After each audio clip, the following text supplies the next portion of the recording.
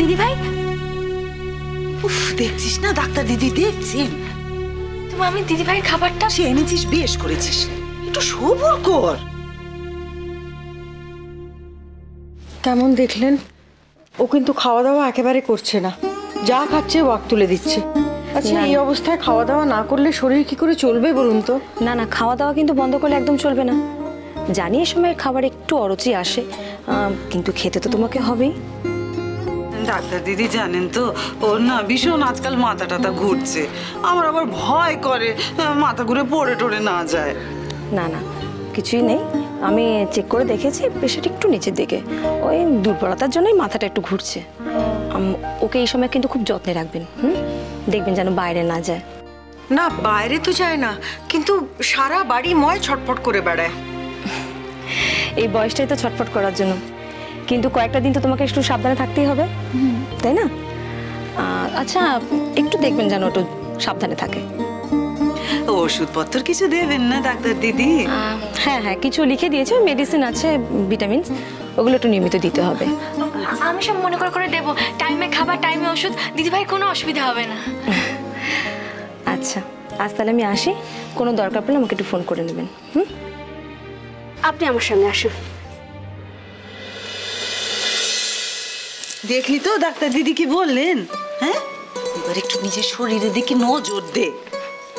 তবু নিশ্চিন্ত বাবা কনক আছে দেখাশোনা করার জন্য। হ্যাঁ, কনক আবার কি করবে? ওর উপর আমার কোনো ভরসা নেই, কি করতে কি করবে কে জানে। সে আপনি মন্দ কথা বলেননি বেয়া। হাদিটা লেখাপড়া শিখেও যা, না শিখেও তাই। গাধা পিটি কি আর ঘোড়া করা যায়? সে ছোট গিনি যতই চেষ্টা করুক না কেন, বুদ্ধির কথাই যদি হয় তাহলে সে হচ্ছে আমার ঝিলমিলের। সে আমি জানি, আমার তো মনে হয় এ বাড়িতে সবচেয়ে বেশি বুদ্ধি ঝিলমিল রাখে। আমি কিন্তু বোকাই ভালো মামি। হ্যাঁ, ছোটবেলায় আমি বোকা বলে তুমি আমাকে কত মারতে, আর মারলেই মামা আমাকে বাইরে নিয়ে গিয়ে জিলিপি খাওয়াতো আমার মন ভালো করার জন্য। যত মার তত জিলিপি। তাহলে বলো বোকা হয়ে কার লাভ হতো? ওই তোর মামাই না তোর মাথা খেয়েছে, আদর দিয়ে বাঁদর করেছে। তা মা বাপ মারা মেয়েকে মানুষ করতে গেলে একটু শাসন টাসন করতে হয়, মারধর করতে হয়। তা মা গো, তুমি যে এত বছর পর সেটা মনে ধরে রেখে আমাকে কথা শোনাতে আসবে, সেটা তো আমি জানতাম না গো।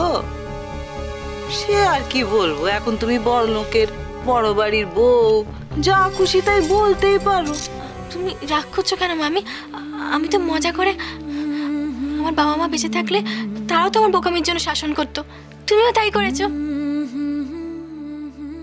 তুমি কোনো চিন্তা করো না বড় মা, ভালো করে দিদি ভাইয়ের খেয়াল রাখবো, দেখো আর কোনো ভুল হবে না।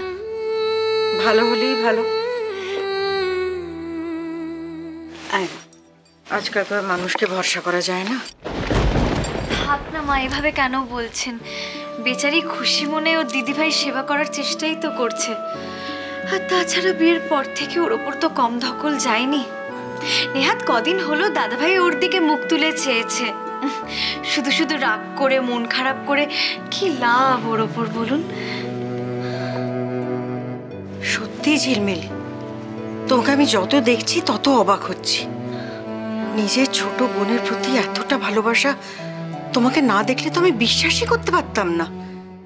বাবা, এ তো দেখছি কনকের প্রতি দরদ একেবারে উতলে পড়ছে। ঝিলমিলটা না পারেও বটে। না, নেই, আমার মাথা ঠিক নেই।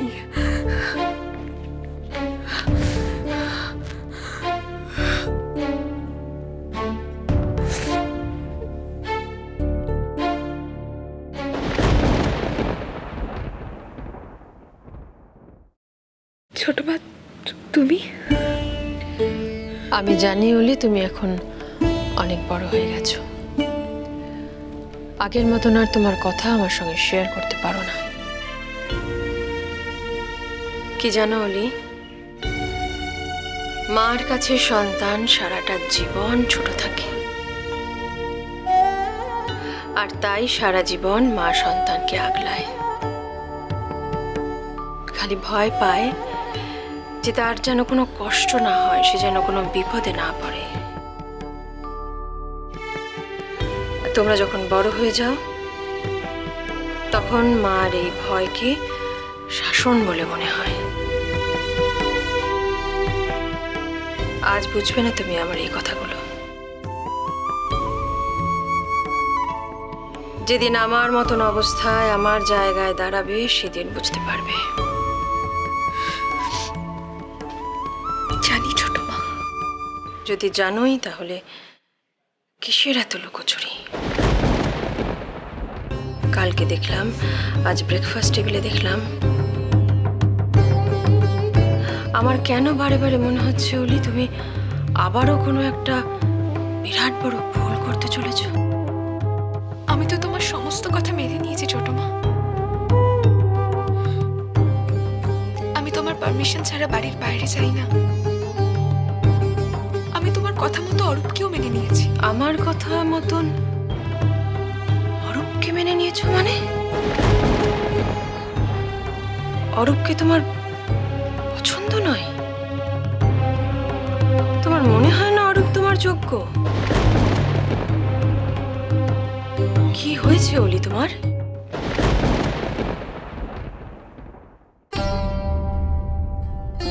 আমি এইভাবে আমার সন্তানদের উপর কখনো আমার পছন্দ অপছন্দ চাপিয়ে দিই না। আমি সেটা চাই না অলি। এখনো সময় আছে। তুমি আমাকে বলো তুমি কি চাও।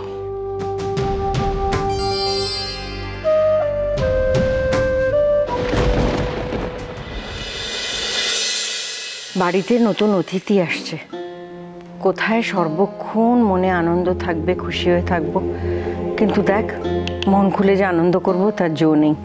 কেন গো বড় বৌদি, যাই হয়ে থাক না কেন, এখন তো সব মিটে গেছে, এখন আর আনন্দ করতে বাধা কোথায়? কোথায় আর মিটলো, একটা করে মিটছে, আবার নতুন করে একটা শুরু হচ্ছে। দেখ না, ঝিলমিলের জন্য একটু ভালো করে আচার বানাবো মন দিয়ে, সারাক্ষণ মনে একটা চিন্তা, কাজটা করব কি করে। না না, দেখবে বাড়িতে নতুন অতিথি আসার আগেই যদি আমাদের অলি দিদির বিয়েটা হয়ে যায় না, তাহলে জোড়া খুশির তোড়ে সব খারাপ একেবারে ধুয়ে মুছে যাবে। সে আর হচ্ছে কোথায়, ছোট তো সে কবে থেকে অলির বিয়ে দেবে বলে ব্যস্ত হয়ে উঠেছে, এখন অবধি পাকাপাকিভাবে কিছু হয়েছে? তার উপর অরূপের সামনে যা ঘটলো। বড় বৌদি, বলছিলাম যে ছোট বৌদিকে বলে বাড়িতে একটা পুজো টুজোর ব্যবস্থা করো না। কেন ছোটকে বলতে হবে কেন? আমি নিজে থেকে বুঝে এসব করতে পারি না? না না, সেই জন্য না, আসলে এ বাড়িতে সব কাজ তো তোমরা সবাই আলোচনা করে করো, তাই বললাম। ছোট কোথায় আর সবার সঙ্গে আলোচনা করে? নেহাত সার্থকের বিয়েটা দিয়ে বুঝতে পেরেছে, তাই এখন সব ব্যাপারে সকলের পরামর্শ নেয়। এই অত তেল দিস না, ঝিলমিলের শরীরের জন্য ভালো নয়। এত কম তেলে আচার করব? আরে যেটুকু না করলেই নয়, টক খেতে ইচ্ছে করে তাই। আমরা তো কত ভালো মন্দ খাই বল, ও বেচারা কি সেদ্ধ টেদ্ধ খেয়ে থাকে সারাক্ষণ। আসতে পারি? আমি কি চাই?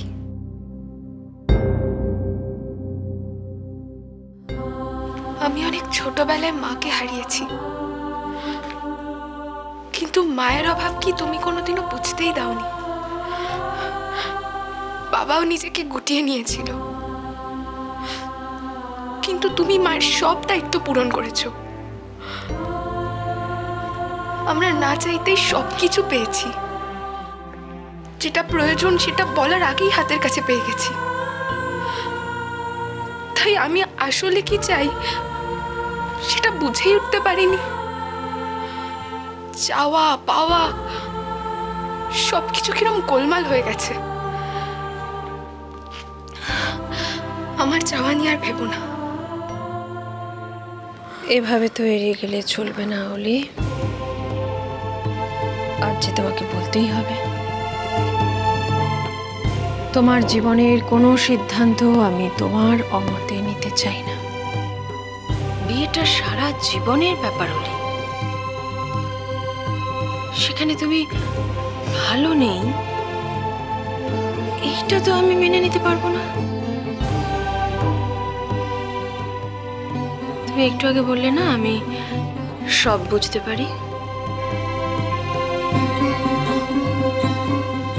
আমি এখন এটা বুঝতে পারছি অলি, তুমি ভালো নেই, তোমার মুখে হাসি নেই, কারোর সঙ্গে সুন্দর করে কথা বলতে দেখি না আজকাল তোমায়। সেই হাসি খুশি উচ্ছল অলি কোথায় গেল সে? কিসের এত চিন্তা অলি তোমার, বলো তো আমায়।